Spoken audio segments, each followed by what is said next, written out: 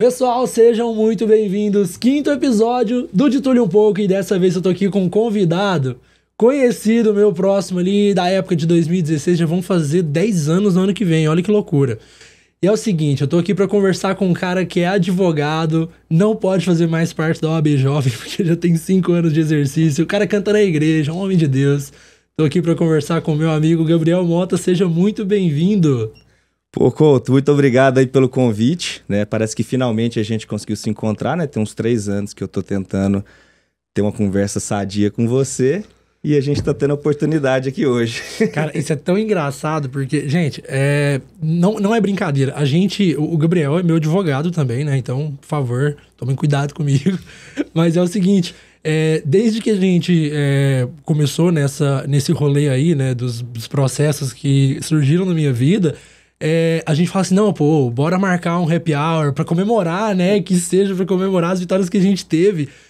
E o Gabriel não tá exagerando, fazem 3 anos que a gente tá nessa e a gente não sai pra beber, cara. Como que pode um negócio desse? Pô, parece que a vida de adulto é uma loucura, cara. Ah, vamos hoje, hoje não dá, vamos amanhã, não, amanhã eu não posso. Não ensinam isso na escola, isso que é foda. Ô, Gabriel, mas é isso mesmo, né? Te apresentei apropriadamente, né? 5 anos já no exercício da função. Isso mesmo. É isso mesmo, né? Isso mesmo. Atua em qual área, ô, Gabriel? Atualmente eu atuo no civil e no previdenciário. Beleza, então de cara aqui eu já quero fazer uma pergunta pra você, porque a internet tá cheio dessas informações, vídeos curtos, carrosséis ali, e a gente não sabe o que é verdade e o que não é. Mas... provavelmente, quem tá ouvindo a gente já deve ter ouvido aquele rolê de... se você tiver bebido e for parado numa blitz, não faz o bafômetro. Eu fico pensando assim, tá, beleza, se eu posso escolher não fazer o bafômetro, provavelmente eu vou escolher isso quando eu tiver com a consciência pesada, ou seja, quando eu bebi. Mas é tão simples assim? É só eu simplesmente falar assim, não quero fazer o bafômetro? O que é a implicação disso, Gabriel? Cara, hoje a recusa do bafômetro ela pode gerar uma multa, que é no mesmo valor da multa de quem está conduzindo o veículo embriagado, pela recusa. Uhum. Mas, a depender da situação ali do cidadão, a autoridade ali, o policial, ainda pode constatar a embriaguez por outros meios. Olhos avermelhados, hálito etílico, vestes bagunçadas, tudo aquilo Normal. que pode caracterizar uma pessoa bêbada, né? Uhum. E o policial, ele tem fé pública, ele pode estar dando voz de prisão com base nesses elementos. Fala que a pessoa... apresentar os olhos avermelhados, fala desconexa, Sim. conversando enrolado, e a pessoa, mesmo se negando a soprar, vai presa. Então não acaba que não adianta nada a pessoa negar o bafômetro. Não. No fim das contas, não vai mudar muita coisa. Entendi. Então é quase que uma lenda urbana. Não necessariamente tem aquela validade, assim. A negativa, ela não vai eximir o cidadão ali de responsabilidade, não. Beleza, então o que muda de ele não fazer o bafômetro ou fazer o bafômetro? Ou não muda, então? Na minha opinião, não muda, né? Porque ou ele pode, depender da situação, né? Se tiver um caso mais grave, né? Ele vai ser conduzido da mesma forma. A embriaguez dele vai ser atestada por outros meios, né? Ou então, ele ainda assim, ele vai receber uma multa, um valor considerável pela negativa do bafômetro. Ele não vai ser preso nessa segunda situação, mas ele não vai deixar de ter um prejuízo, digamos, uma responsabilização. Bacana. Ô, Gabriel, essa pergunta, assim, ela é um quebra-gelo muito grande, porque eu penso muito sobre isso que a gente tem recebido de informações ali na internet a todo momento, às vezes de gente que, sinceramente, às vezes nem é formada, às vezes nem tá no exercício da função, mas aí como aconteceu com ele, como é uma vivência da pessoa, a pessoa compartilha como se fosse uma verdade absoluta. O que é um certo perigo para quem é leigo, como eu, por exemplo. Que eu acreditaria tranquilamente. Gente, eu não vou beber e dirigir de forma imprudente assim. Isso. Não façam isso. Eu não tô incentivando ninguém aqui. Mas, Gabriel, o que todo cidadão deveria saber sobre o direito? E aqui eu tô falando, vamos considerar pessoas que não têm, às vezes, o ensino médio completo, a pessoa que não tem formação, não tem o mínimo de contato ali, nunca precisou de um advogado na vida. Então, o que as pessoas elas precisam saber sobre o direito na sua visão? Bom, acho que a gente deveria ter noções básicas de direito constitucional para a gente entender como que é a estrutura do nosso país, do nosso estado, a divisão de competências, a divisão de responsabilidades, né? O que é competência da União, o que seria competência do dos estados, dos municípios, sobretudo naquilo que são serviços essenciais a serem prestados para a população, a saúde, a educação, a segurança. Né? Acredito que o cidadão deveria ter noções básicas de direito do consumidor, né, para ele saber como se portar, porque nem tudo vai ser uma violação ao consumidor, mas muita coisa é. Existe muito mal entendido? É isso? Eu acho que existe mais falta de informação mesmo. Né? Então, para o cidadão ele ter noção de o que é direito dele enquanto consumidor. Porque existem situações que, em número menor, na minha opinião, que às vezes a pessoa acha que é de um jeito e, na verdade, não é. Mas existem muitas outras que, por ela não ter uma noção, ela nem sabe que, às vezes, tivesse um direito, que pudesse estar tendo ali uma violação, um abuso por parte de uma empresa, de um banco, etc. É claro, levando toda a confidencialidade dos casos em questão, mas tem algum exemplo que você pode dar, assim, que talvez ilustre melhor o que você está falando? Por que eu te falo? Porque, vamos lá, eu vou falar o meu ponto de vista agora, porque eu acho que é uma coisa que vai ser muito legal nesse papo que a gente tem. Eu sou uma pessoa leiga. Eu sou uma pessoa que, se você me entregar alguma constituição, alguma palavra muito formal, eu vou falar assim, cara, o que é isso? Eu não tô entendendo. E aí eu vou levar pra você, que é meu advogado.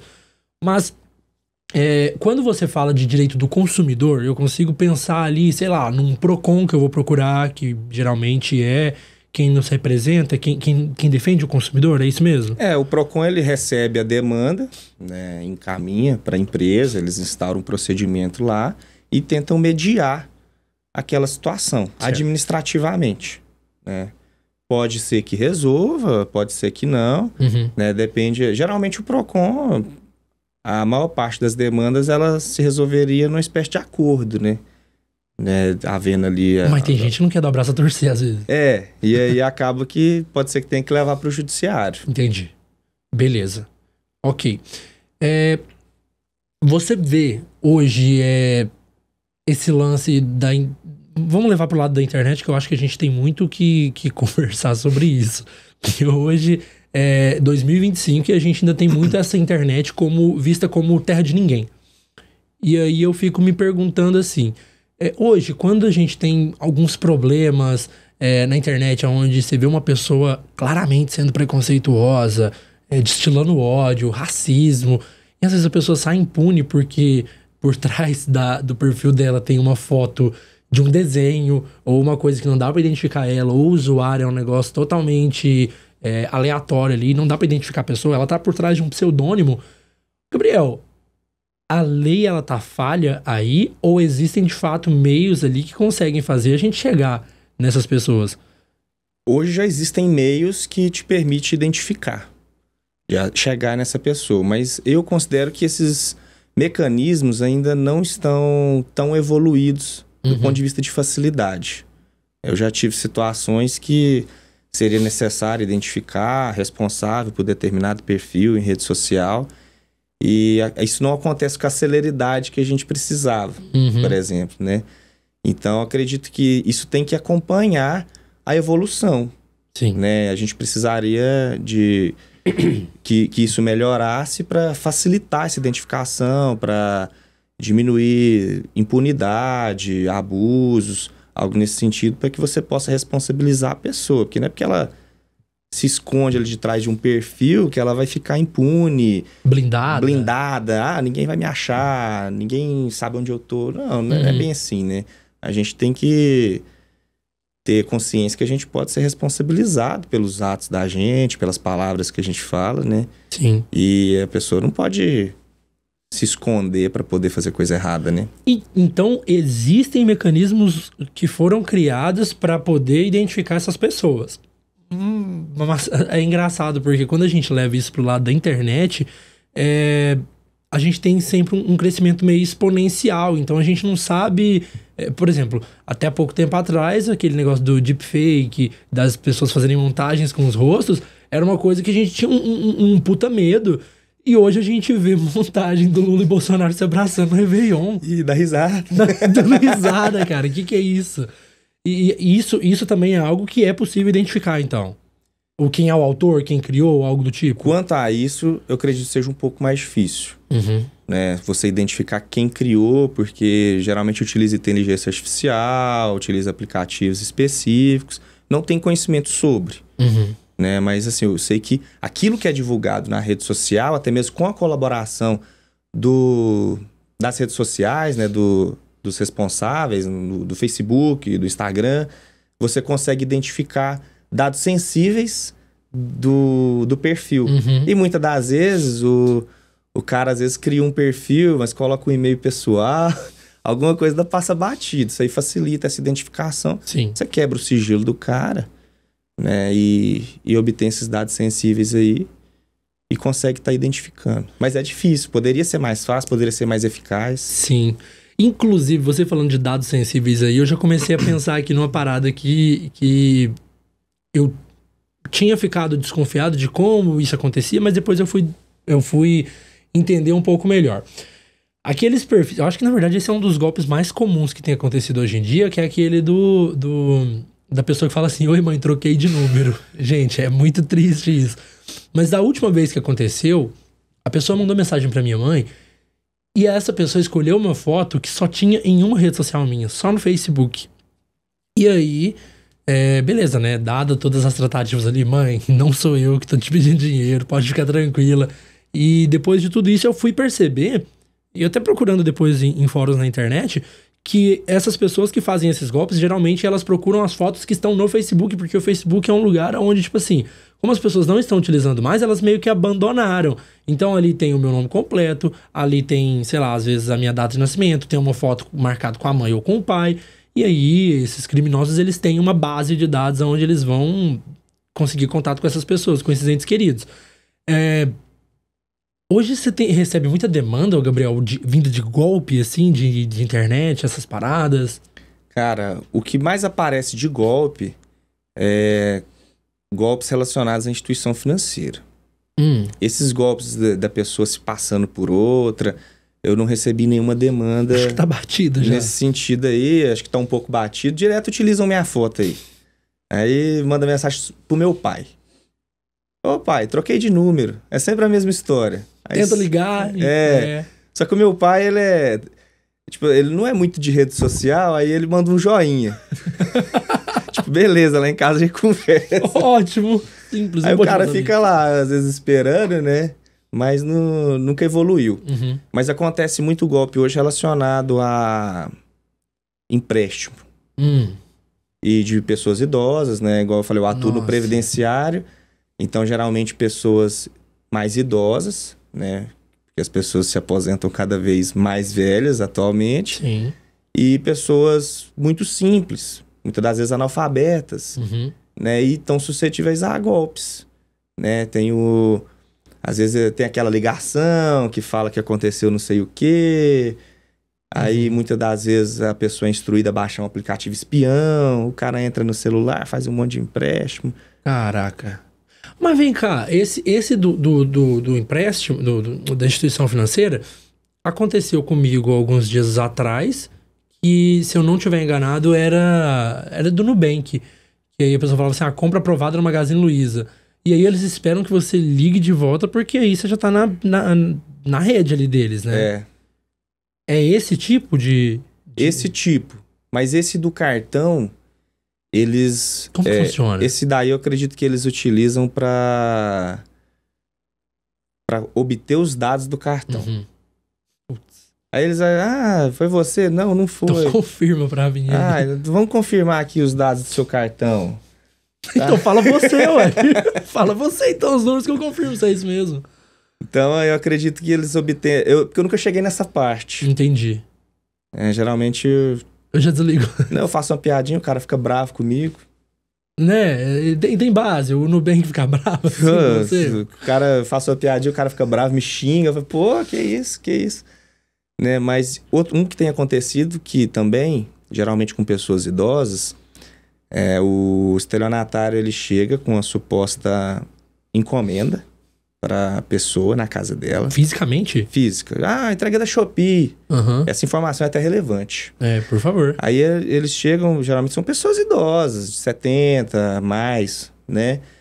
Ah, mas eu não pedi nada. Não, mas tá aqui, ó. Seus dados, né? Fulano de tal, CPF tal. Ah, é. Ah, alguém te mandou, pega aí.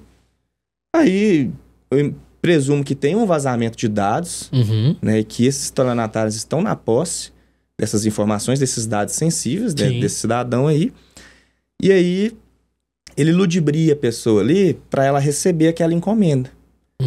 E aí ele, eu tenho que tirar uma foto sua aqui para confirmar que eu entreguei. O que é um pouco complicado você me falando, porque geralmente tem que tirar foto, às vezes, da caixa, da embalagem, da caixa, mas eles tiram da pessoa. Que isso, bicho. E aí eles, nessa foto, eles fazem um reconhecimento facial dessa pessoa, né? E aí já libera aplicativo, já libera um monte de coisa. E aí dali eles já conseguem fazer um monte de transação no nome dessa pessoa e causa um prejuízo enorme. Pera aí, Gabriel, você tá me falando assim, aí agora já bateu uma preocupação aqui. Isso aconteceu aqui em Patrocínio já, assim, com alguém? Cara, aqui em Patrocínio eu não sei te dizer, mas em Uberlândia tá muito forte. Que isso, E bicho. aconteceu com um cliente meu, aconteceu com pessoas que eu conheço. Galera, então desconfiem, alguém tirou foto aí do seu rosto, tira foto da placa do carro que a pessoa chegou. É que, na verdade, ele não tá tirando foto, ele já tá fazendo reconhecimento facial ali. Né, bicho? Que isso, cara? Tá com o aplicativo aberto e... Meu Deus! Saiu essa semana passada, não sei, eu vi... Não sei se foi no G1, se foi no Instagram, numa página de notícias, tipo assim... O jogo de xícaras mais caro da história. Aí contando a história de uma idosa de outro estado que sofreu esse golpe. Que ela teve um prejuízo de 40 mil reais. Que isso, cara? De empréstimos. Os estelionatários levantaram 40 mil reais e transferiram para contas de laranja imediatamente. Ela ficou com o benefício comprometido em razão disso aí. Meu Deus, ali não tem volta, né? Não tem como recuperar, né? Aí é discutível a responsabilidade do banco nisso daí. Porque, entendi. assim, na minha opinião, né? Mas eu tô do lado de cá, né? Eu sou advogado, geralmente, do consumidor lesado. Eu entendo que os sistemas de segurança do banco deveriam ligar um alerta em determinadas situações. Porque eles têm condição, eu imagino, de entender o perfil de cada cliente. Sim. Então, se a dona Maria, de 75 anos, tem um perfil que ela só recebe o benefício dela de um salário mínimo...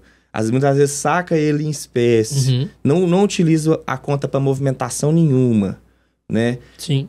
Não faz Pix, não tem cartão de crédito, não utiliza cartão de débito. Aí, do nada, a dona Maria solicita 30 mil de empréstimo por um aparelho celular e já começa a mandar isso para outras contas. O banco tinha que travar isso, tinha que ter mecanismos para isso, porque é uma operação suspeita. Totalmente. Né? Completamente... É engraçado que você falando assim, porra, é muito suspeito. Entendeu? É completamente... fez o reconhecimento facial.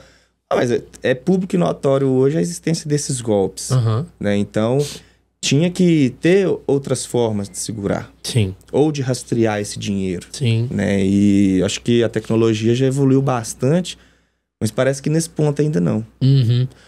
O que é engraçado, né? Porque esses mecanismos, eles têm que surgir por conta de pessoas que não fazem o que é certo, né, cara? É bizarro. É esquisito. Ô, Gabriel, mas, ok, eu espero de coração que a resposta que você me dê agora não seja essa, mas a maioria dos casos dos clientes que você atende não são de golpe, né?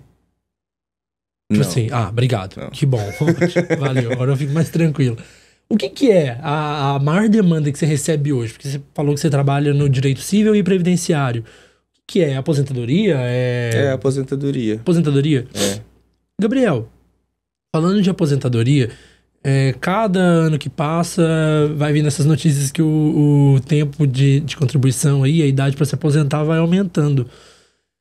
E aí existe uma certa preocupação, inclusive por parte de especialistas, de que a Previdência ela pode falir.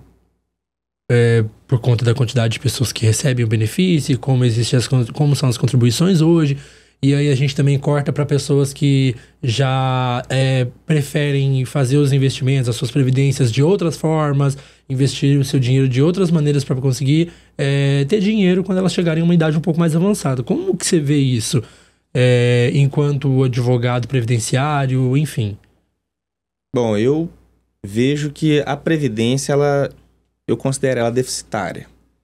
Hoje ter um número muito grande de beneficiários e a arrecadação realmente diminuiu muito, né? Porque a nossa geração parece que não é uma geração muito interessada em contribuir para a Previdência, né?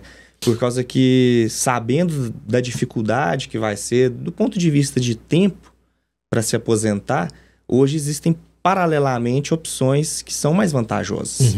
Então, isso falando da nossa geração, que é a geração mais jovem. Sim. Né? E do pessoal que está no meio do caminho, dificultou muito também quando mudou as regras, porque muita gente estava numa expectativa de se aposentar, muitas das vezes numa idade ainda considerada novo, né?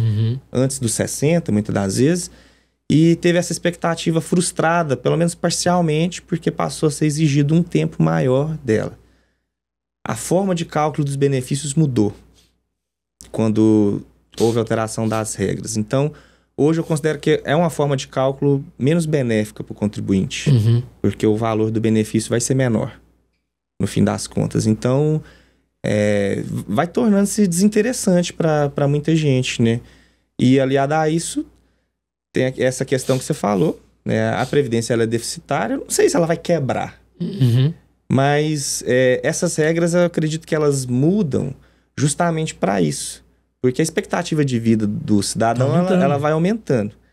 E se a expectativa de vida aumenta, ele vai receber mais tempo sem contribuir. Porque muitas das vezes ele não vai estar mais trabalhando. Sim. Muita gente para de trabalhar. E aí a arrecadação diminui, porque eles vão ter que pagar mais tempo e vai ter menos gente contribuindo, né? Então fica difícil sustentar isso aí. Entendo bastante, assim. E é engraçado porque eu conheço casos de pessoas que lutaram muito, assim, para conseguir uma aposentadoria. E isso na internet até viraliza às vezes, né? De uma pessoa super feliz ali com uma grande vitória quando ela consegue essa aposentadoria, que era um direito dela, mas que às vezes por falta de comprovação ela não tinha conseguido aposentar antes. Então, o que você sugere, Gabriel, para quem... assim, beleza. É claro, a gente tá falando do tempo de contribuição, mas a gente também tá falando do antes disso. Para uma pessoa que ela pretende se aposentar, o que essa pessoa já tem que começar a pensar? Ela tem que resgatar alguma coisa? Tipo assim, já resgata sua carteira de trabalho aí, se ela tiver guardada em algum lugar ou algo do tipo. O que essa pessoa geralmente ela precisa ter ali já em mãos ou minimamente preparado para que ela não passe aperto quando ela for solicitar essa aposentadoria? Bom, a carteira de trabalho é um documento muito importante, porque hoje é tudo informatizado. As informações previdenciárias está tudo no extrato do CNIS, no site do INSS, mas muitas das vezes a pessoa pode ter tido um vínculo antigo que está na carteira, mas não está lá. E a carteira ela é prova de que aquilo existiu, porque ela está lá assinada pela empresa e tal. Então ela pode aumentar o tempo que ela já tem computado. Sim. E muitas das vezes as pessoas contribuíram de forma autônoma, pagaram aquela guia do INSS, e pode ser que uma ou outra não foi lançada. É raro de acontecer, na minha opinião, mas pode acontecer, né? Sim. Então a prova de que houve a contribuição é a guia com o comprovante de pagamento. Perfeito. Ótimo. Beleza. Ô, Gabriel, e na área civil? Quando você fala de área civil... a gente tá falando... Explica, o que é a área civil antes de tudo, né? Cara, o civil, ele abarca um pouco do consumidor também, né? Embora o direito do consumidor ele tenha regulamento próprio, né? Que é o Código de Defesa do Consumidor. Ele também é uma parte do direito civil. E aí vem família, sucessões, contratos, obrigações, responsabilidade civil. E acaba que tudo tá... quase que amarrado, porque uma demanda consumerista, ela tanto envolve um contrato, quanto uma obrigação, quanto também uma responsabilidade civil, que pode ter, de uma indenização, é uma responsabilidade civil, né? Sucessões é relacionada a inventário, né? E família, demandas divórcio, guarda, alimentos. E existem outras áreas também, né? Relacionada a direitos reais... uso capião, que envolve posse, que envolve questões assim. E ações possessórias também. O civil ele é muito grande. Sim. Né? Ele é muita coisa. Né? Eu atuo no civil, não em tudo, mas em muita coisa. Por exemplo, Eu não sei se isso entra no civil ou se seria uma outra aba dessa parte do direito. Qual que é o nome que fala? Não é aba. É previdenciário. Outra área. Área, ok. Aba, foi perto. Mas, por exemplo, o que foi o meu caso, né? Que aconteceu lá em 2022, que uma pessoa causou um acidente em mim e fugiu.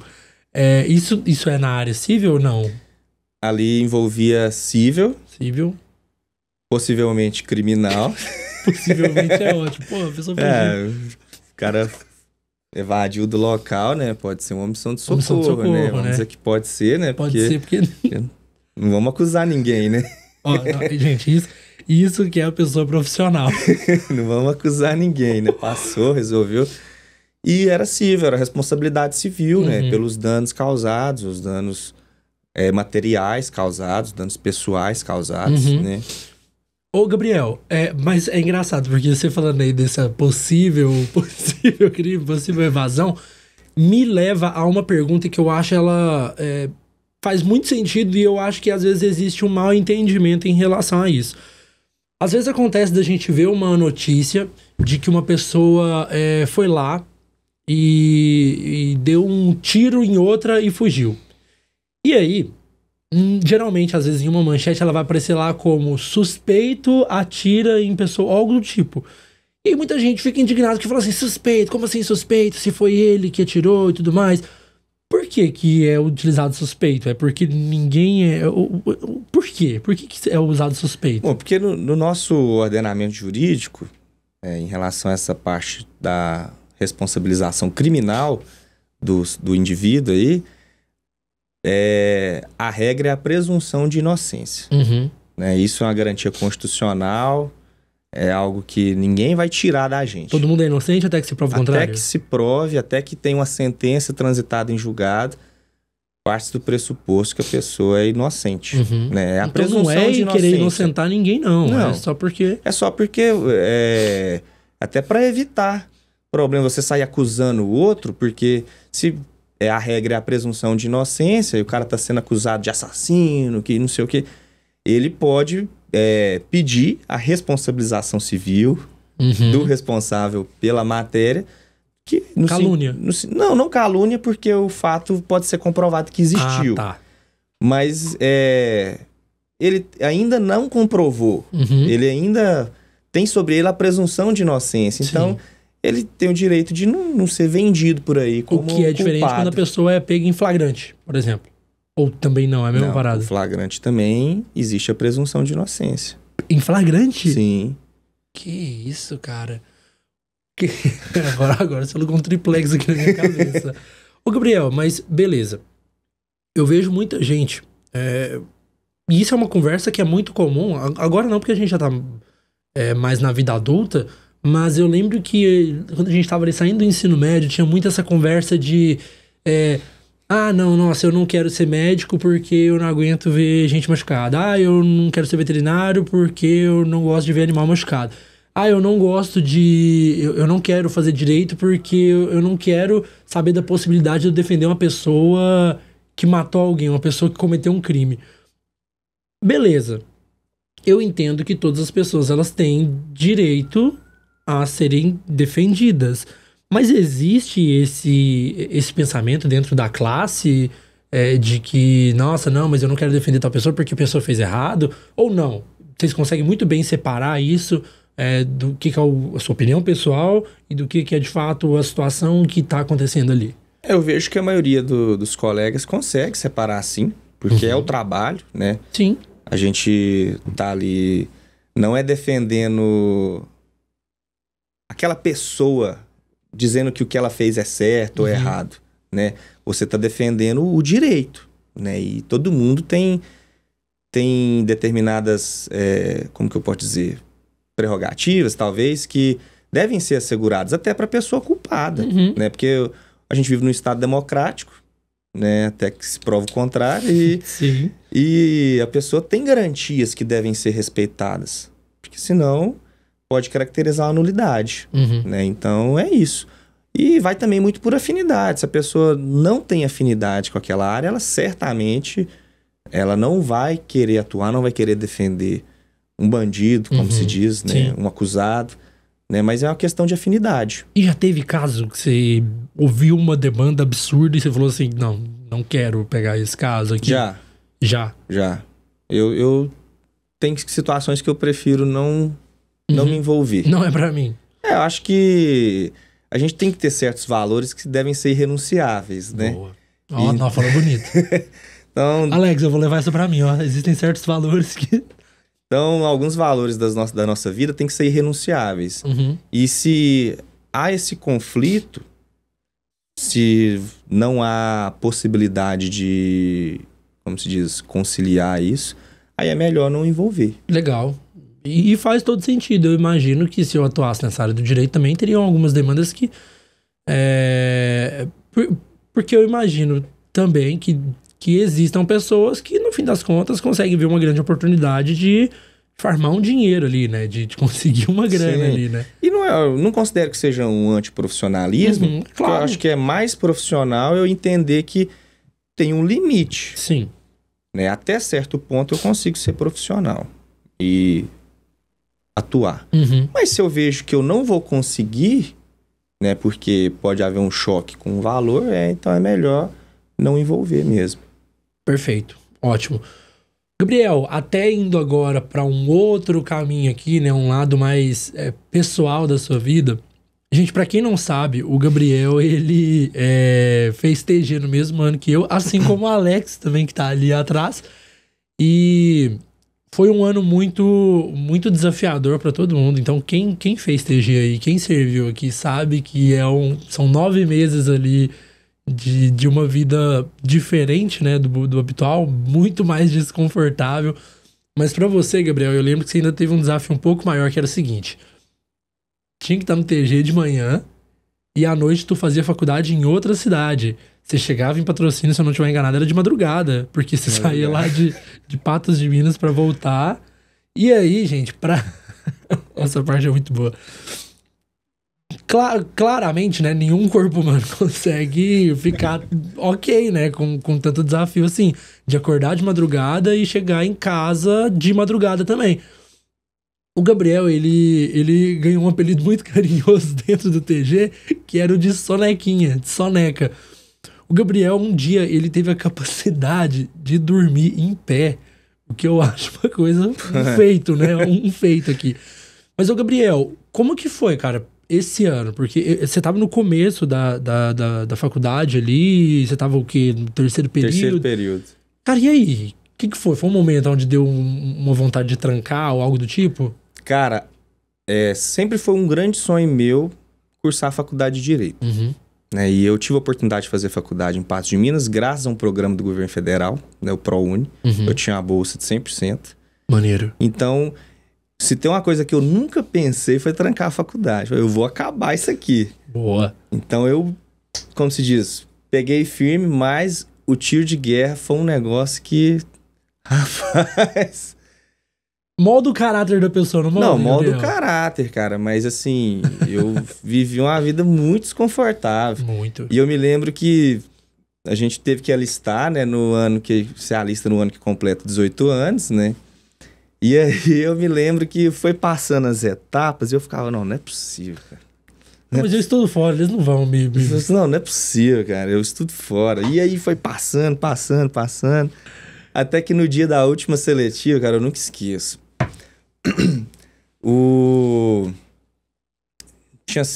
Reuniu uma turma lá na quadra, né? E aí chegou o superior lá com a lista e leu uns nomes. Fulano, Gabriel Mota, fulano. Aí terminou a lista. Aí, ninguém sabia, né? Quem falou o nome, se ia embora, se ia ficar. Aí, os que eu falei o nome, posso subir. Aí subia para aquele auditório. Nossa senhora. Aí os outros que ficou, pode ir embora. Nossa, eu queria ir embora, cara. Aí era a certeza de ter sido selecionado pra servir o Brasil. Como é isso mesmo. Gabriel, e é tão engraçado você falar isso, porque, cara, o processo de alistamento, ele é muito... ele realmente é cheio desses mistérios, né? Eles falam os nomes primeiro, sabe, pra depois te falar o que tá acontecendo. E aí, cara, na hora que chegou lá, né, selecionava 100, né? Mas tinha um pouquinho mais, deve tinha uns 105, 110. Nossa, é nessa que eu tinha uma marcha. Eu falei, não, eu tenho mais uma chance. Aí primeiro ele perguntou, quem estuda de manhã? Aí uns levantou a mão. Pode ir embora.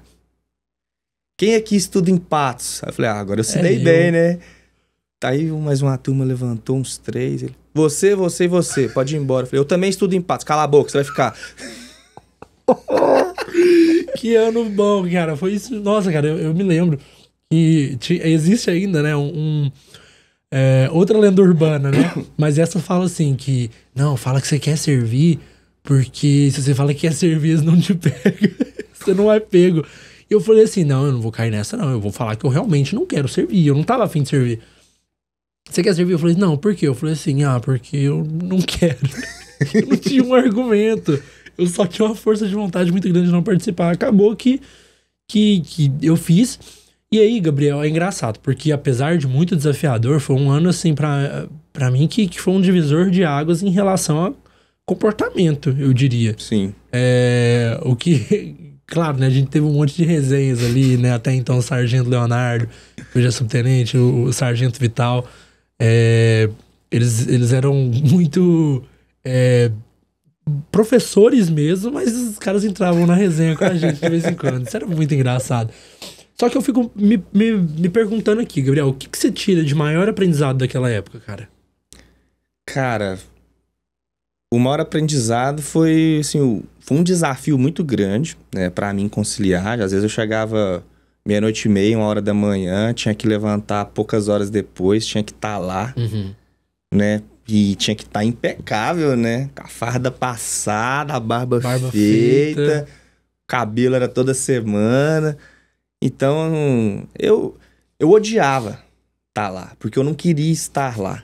Mas eu me divertia, né? Porque ali a gente fez amizades, Sim. Todo mundo era igual. Todo mundo tava com a mesma roupa, o mesmo calçado e o mesmo desafio. E sem barba. E sem barba. Então, assim, eu aprendi muito ali. Aprendi muito... Moldou o caráter mesmo, Sim. sabe? Me fez enxergar algumas coisas diferentes. Então, no geral, foi ruim passar o processo, porque eu tinha outros planos, né? Como se diz, eu tinha outras prioridades. Mas foi bom no final. Na hora que acabou, foi muito bom. Era muita resenha, cara. Muita resenha. Às vezes a gente ia lá só pra rir, né, cara? Isso foi. Todo minutinho que eu tinha, eu utilizava pra dormir lá. E era muito engraçado. Gente, o negócio de dormir era tão engraçado, porque assim, o Gabriel, ele dormia. E aí, assim, quando algum sargento percebeu que o Gabriel tava dormindo, todo mundo ficava quieto. E aí, ó, a Síria aí. Todo mundo ficava quieto. E aí o sargento chegava lá, até o Gabriel, tipo, dar aquela despertada, e o sargento falava assim, paga 10 flexões. O cara tá dormindo, cara. Era impressionante. Não adiantava. Teve uma instrução lá que eu dormi umas 5 vezes, cara. O sono era muito grande. Cara, era sentar, eu dormia. Não sei o que acontecia. Todo mundo... Dava pra saber o que acontecia. Todo mundo tem umas fotos legais, cara, do TG. Tipo, o pessoal tirou foto... Quando foi pro campo, tirou foto do dia que foi dar tiro, tirava foto lá, fazendo manutenção no armamento. Você nem tem muita foto daquela época? Eu tenho várias fotos, todas dormindo. Ai. Cara, o pessoal começou a tirar foto minha dormindo. Eu tenho foto dormindo de todo jeito que você imaginar, cara. Em pé, sentado. Em pé não vai ter foto, mas, pô, eu tinha muita foto. Tem, né, velho? Muita foto dormindo. Gabriel, agora vem cá. Lá no começo, quando você falou que era seu sonho fazer direito, tu teve alguma referência? Alguém assim, você falou assim, nossa, fulano fez direito e isso me incentivou? Você tem alguma referência profissional assim forte? Eu tenho referências profissionais de quando eu já estava na faculdade. Mas assim, desde pequeno eu tinha esse desejo de fazer direito, né? Então foi algo que despertou. E eu tive posso dizer, a sorte, talvez, de que fiz e realmente gostei, realmente me encontrei. Muita gente, às vezes, fala que quer fazer e entra e abandona e não gosta. Às vezes forma, mas não exerce a profissão, né? E na minha família eu tive primos meus que cursaram direito também. Né? Então isso aí também fomentou mais esse desejo. Né? Legal. E o que você fala para alguém que tá pensando em começar o direito agora, ou que tá estudando, já tá na faculdade? O que você deixa de recado para essa pessoa agora? Cara, é desafiador, né? O direito, eu posso dizer que antes de entrar parece uma coisa. Depois que você tá lá, você vê que não é bem isso. Ele é um pouco mais chato do que parece. Mas tem muita coisa legal. O começo é a parte mais difícil, porque às vezes você fica ansioso querendo chegar na parte legal. Mas tem todo um processo, né? Toda uma introdução, noções, e aí vai caminhando e vai ficando mais legal. Perfeito. Ótimo. Então não desiste, né? São 5 anos, né? São 5 anos. 5 anos. Gabriel, eu particularmente, depois de uma frase tão motivacional aí, né? De segura a ansiedade, eu vou falar, cara, direito nunca passou na minha cabeça, porque eu não sou uma pessoa de muita leitura, assim, de uma leitura muito, sabe? Com prazer de ler mesmo. E aí é o que eu tinha falado pra você no começo ali. Essas palavras difíceis, às vezes, assim, eu fico pensando, tipo assim, cara, não é pra mim, eu acho que eu não consigo isso aqui. Eu, inclusive, invejo muito bem a eloquência dos colegas de profissão aí que você tem. Antes, inclusive, até da gente começar o episódio do podcast, você até me falou sobre... a gente estava até conversando sobre a classe, né? Enfim, você tem até pretensões, inclusive, de atuar na presidência da OAB, correto? Uma coisa que eu sempre falo é que a gente tem que resgatar o prestígio da classe. Né? Hoje eu sou advogado, eu acredito que eu sou muito feliz na minha profissão, me encontrei, né? Não tenho desejo de ter outra profissão. Muitas vezes as pessoas perguntam, você não vai fazer concurso para juiz? Deus me livre. Você vai fazer concurso para promotor? Não. Eu quero ser advogado, né? Quando eu entrei na faculdade de Direito, meu sonho era ser delegado de polícia, né? E eu queria muito ser delegado de polícia. Só que eu fui advogar, gostei e vi que é muito mais legal, na minha opinião. A minha opinião é a que importa. Justo, é pra você. Sou muito feliz, só que eu vejo que a gente tem que resgatar o prestígio da classe. A classe como um todo, não só a nível municipal, mas nacional. O advogado, ele já há algum tempo, ele é muito desprestigiado. Né? Ele tem muito, como se pode dizer, advogado tem fama de ser mala, trambiqueiro, enrolado. Entendi. Né? Então a gente tem que resgatar o prestígio da classe, porque não é bem assim. Né? Existem bons, existem muitos bons. Sim. Né? E eles que tem que estar em evidência. Não é só... muita gente respeita o judiciário, respeita o Ministério Público, mas não tem o mesmo olhar sobre a advocacia. E a gente não tem hierarquia. Uma lei federal equiparou. Né? Então, se não há essa hierarquia, a gente tem que ter o mesmo respeito, o mesmo prestígio de qualquer outra autoridade. A gente não é uma autoridade, né? A gente não ocupa um cargo público, pelo menos não todos, né? Mas a gente precisa resgatar o prestígio da classe. Maneiro. E assim, você até me perguntou se eu tenho pretensões políticas e tal. Políticas, não tenho. Mas eu tenho vontade de ser presidente da OAB. Beleza. Mas isso um plano futuro, bem futuro. Sim. Né? Mas é um objetivo que você já fala desde então, né? É um desejo que eu tenho hoje, mas também não sei se no futuro vou ter esse desejo. Igual era o delegado de polícia. Vou ter tempo, porque pode ser que eu amadureça isso ao longo do tempo. E lá na frente eu vejo que não cabe mais. Mas hoje tem um desejo. Perfeito. Gabriel, então, pra gente finalizar aqui, né, o nosso episódio, como já é de praxe aqui agora, fazer o nosso famoso e famigerado bate-bola jogo rápido, beleza? Fazer algumas perguntinhas aqui pra você responde com a primeira coisa que vem aí na sua cabeça. A intenção é justamente essa espontaneidade, beleza? Beleza. Então vamos lá. Uma frase jurídica impactante pra você. Cara, já travei na primeira. Já. Quer que a gente volta nela depois? Pode voltar nela depois. Uma conquista profissional que te deu muito orgulho. O meu escritório. Qual o conselho que você recebeu que você carrega até hoje? Pô, travei de novo. De novo. Muitas emoções. Próxima. Próxima? A próxima já é a última, cara. Vai, depois a gente volta, então. Você por você mesmo. Quem é o Gabriel?